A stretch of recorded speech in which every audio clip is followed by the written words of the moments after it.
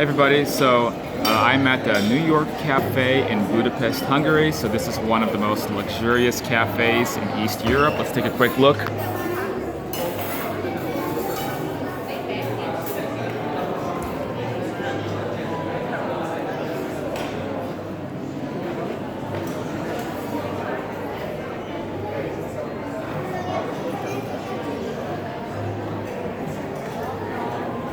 So, pretty wild place. And the cafe is part of the New York Palace Hotel. The hotel was built in 1894, and the cafe's been there since then, but it's kind of closed and come back and during different times in its history. It was around before World War II, and it closed down again, and then came back again in the 50s. Closed down, but then was finally fully renovated in 2004. And so once again we have back in Budapest, one of the original hangout spots of basically nobility in the Austro-Hungarian Empire. Of course, today you don't have to be nobility to dine here. It's basically filled with tourists, but it's a beautiful and very expensive place. I don't usually splurge like this. So let's take a look at what I just ordered here at the New York Cafe. So this is the 24 karat gold hot chocolate. So you have to wonder, what is the value of putting gold on your hot chocolate? So get a good shot of that.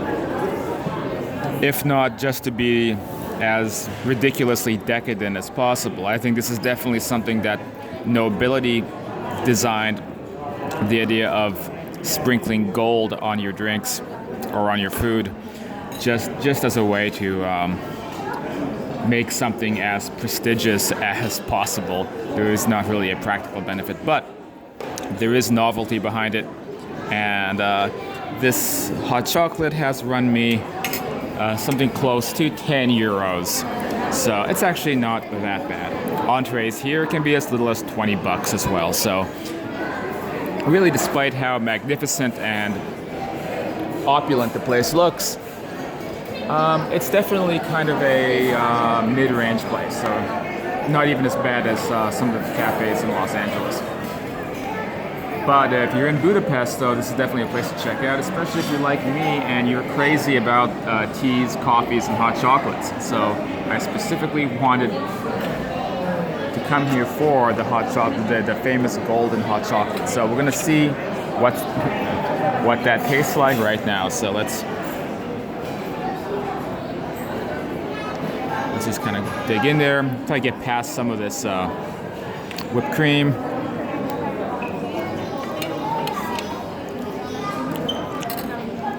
See, I'm definitely making a royal mess of myself.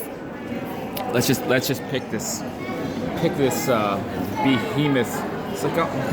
It's almost like a, what is this, like a half pint of hot chocolate? Just try to go in here and take a sip.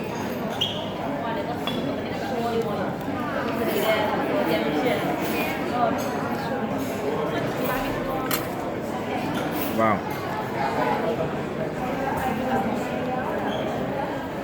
Well, you know what they say, you get what you pay for. I'm definitely making a mess of myself here. It's really, really good, really creamy. Let's try out some of these gold sprinkles. Again, I don't think gold has any flavor, but why not?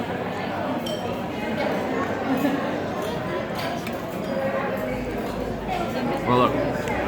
I think it's definitely the highest quality chocolate that you can get around here.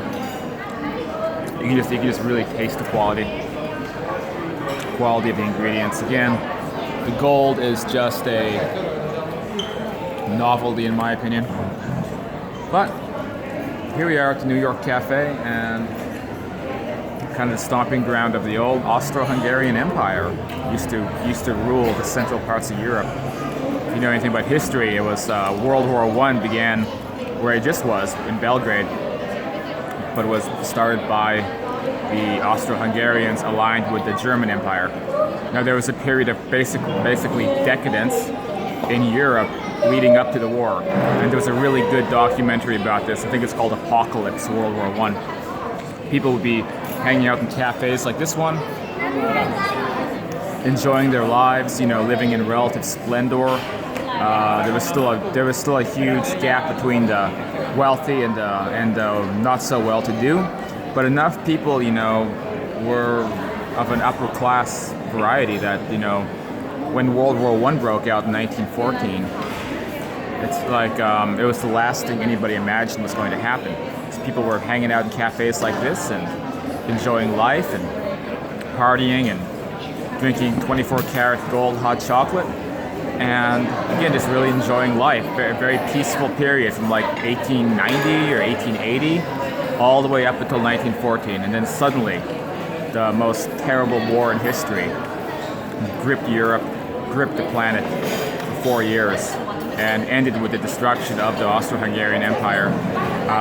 Nonetheless, Budapest has survived for a long time. Survived World War I, survived World War II after it became an Axis power, and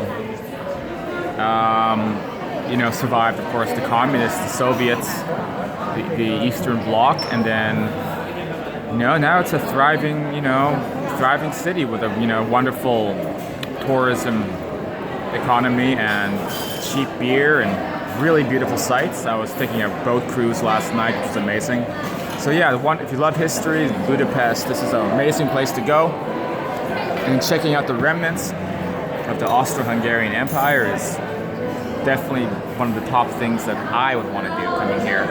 All right, well, I'm going to finish up this amazing hot chocolate, and I'll see you guys in the next video. Please sure to hit that subscribe button if you like these kinds of travel videos I put up.